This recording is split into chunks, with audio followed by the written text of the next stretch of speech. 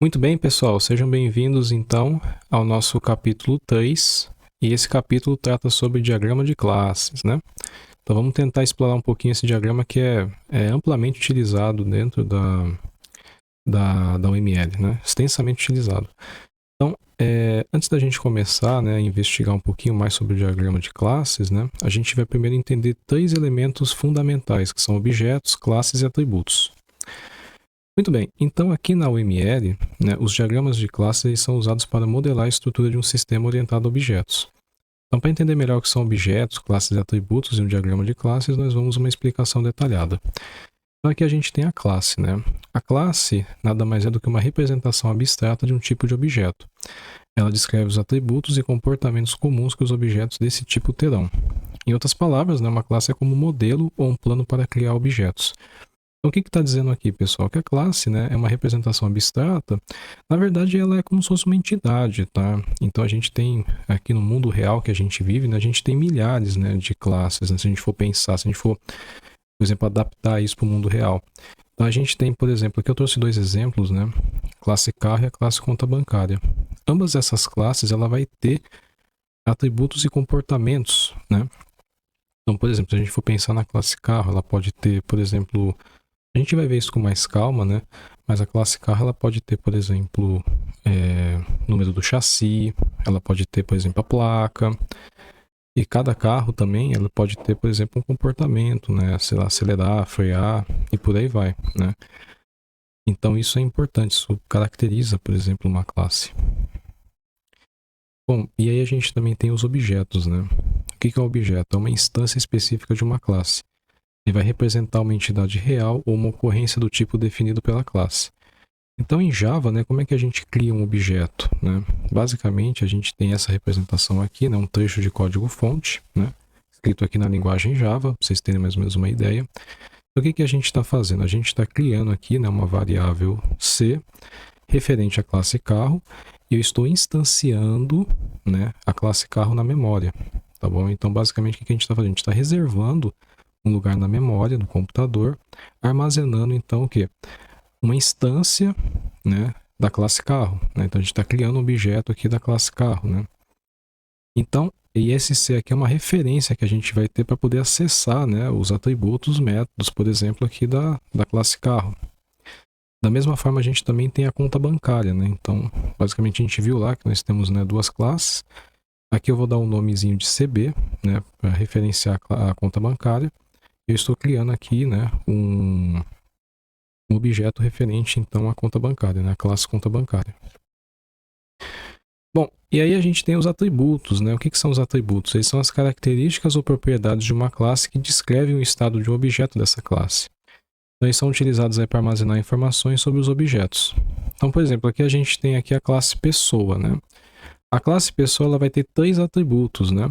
A gente vai ter aqui o nome, o endereço e a idade. Na frente aqui de cada uma desses atributos, né? A gente tem aqui o tipo dela, né?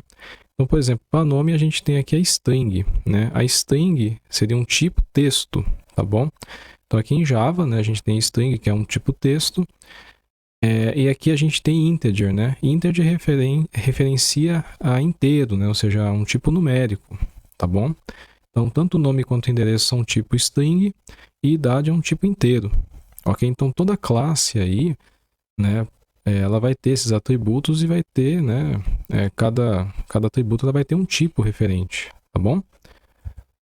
Então, como é que a gente faz a representação, né, visual de um diagrama de classes, né?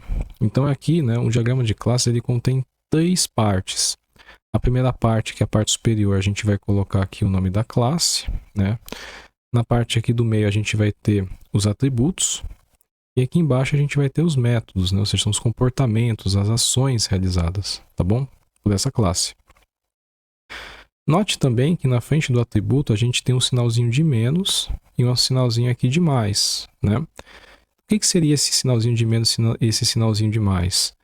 A gente tem que isso representa os modificadores de acesso dos atributos e métodos, né? Então, no caso do sinal de adição, ele indica que o atributo, o método, ele é público, tá bom? Isso significa que o atributo ele pode ser acessado e modificado por qualquer classe que tenha uma instância desse objeto, Olha que interessante. Então, é um modificador que ele é visível, né? Nessa circunstância aqui, nessa situação. Da mesma forma, a gente também tem aqui o sinal de subtração, ou seja, né? Esse sinal ele indica que o atributo, o método, ele é privado. Ou seja, ele é restrito, né? Ele é restrito, ele só pode ser acessado e modificado pela própria classe a qual ele pertence. E por fim, a gente também tem aqui o sinal de cerquilho, né? Isso indica que o atributo, o método, ele é protegido, né? Do inglês, protected. Então, para quem está programando, né, em linguagens aí, orientado a objetos, vocês vão encontrar esse modificador aqui escrito como protected.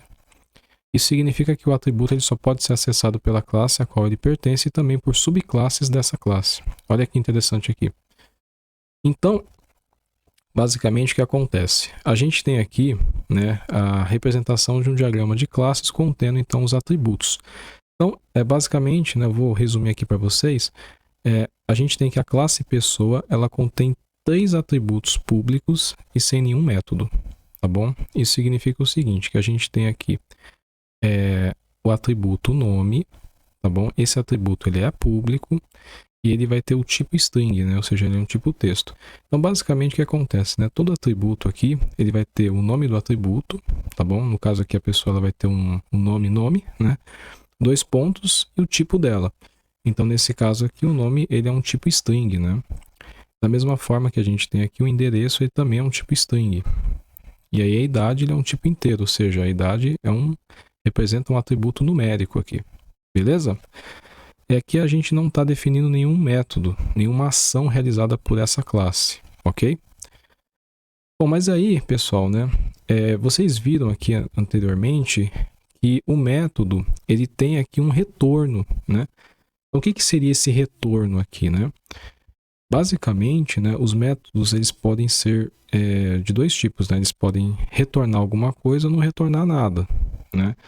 Então, os métodos com retorno eles são, na verdade, funções dentro de uma classe que executam uma determinada operação e retornam um valor de um determinado tipo de dado. Então, de repente, você tem lá uma função, né, que vai retornar alguma coisa, né? Então, ele pode retornar um inteiro, pode retornar uma string, pode retornar um verdadeiro falso. E se esse método não tiver retorno? Bom, os métodos sem retorno, né, eles são, na verdade, funções dentro de uma classe que executam uma determinada operação e não retornam o valor de um determinado tipo de dado. Então, nesse caso, a gente utiliza a palavrinha lá do Java chamado void. O void ele não é só usado em Java, né? Essa palavra aqui é usada praticamente em todas as linguagens orientadas a objetos que não tem, na qual não tem métodos que retornam nada, né? Então, nesse caso, o método que não retorna, a gente dá o nome aqui de void, tá bom? Bom, então aqui, né, para a gente finalizar, eu trouxe aqui, né, uma classe que tem os atributos e métodos, né? Isso aqui vai ficar mais fácil agora de entender. Então, por exemplo, aqui na classe carro, a gente tem aqui a placa, né, que vai ser um tipo string, né, ou seja, um tipo texto. E a gente também tem aqui o número do chassi, que vai ser um inteiro, tá bom? Então, note bem que a classe carro ela contém 2 atributos privados, né, tem um sinalzinho de menos aqui na frente, e contém 2 métodos públicos, né, que é acelerar e frear. Note, pessoal, que acelerar, o retorno desse método é void, né? Isso significa que ele não vai retornar nada, tá bom? Ele é um método lá que vai existir, mas ele não vai retornar nada, tá bom? Aqui pra gente. E aqui a gente tem também o método frear, né? O frear, nesse caso aqui, ele é um método que vai retornar um booleano, né? O que é um booleano? O booleano é um retorno, né? É um tipo que vai retornar pra gente verdadeiro ou falso, ok? Então, vamos imaginar o seguinte, que se o carro está freando, ele vai retornar verdadeiro, ou seja, o carro está freando. Se ele não frear, ou seja, se ele estiver parado, se ele estiver em outro estado, ele vai retornar o quê? Falso, né? Então, esse é o tipo de retorno do método aqui frear, tá bom? Então, é assim que funciona, pessoal, tá bom? Então, basicamente, a classe carro ela contém 2 atributos privados, né, do sinalzinho de menos, e 2 métodos públicos, ou seja, o método aqui ele é público. Geralmente, pessoal, em linguagens orientadas a objetos, quando a gente trata, por exemplo, de encapsulamento, né, a gente tem basicamente, não só encapsulamento, né, a gente tem, né, outros recursos da linguagem Java, né, mas principalmente, né, o encapsulamento que a gente define, né, basicamente como boa prática, né, deixar os atributos privados e colocar os métodos como públicos, né, para eles serem acessados ali por outras classes, né, e por aí vai, né. Então é isso, pessoal, tá bom?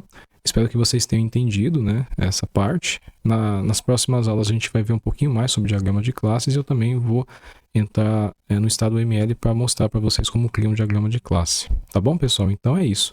Um forte abraço e nos vemos em breve.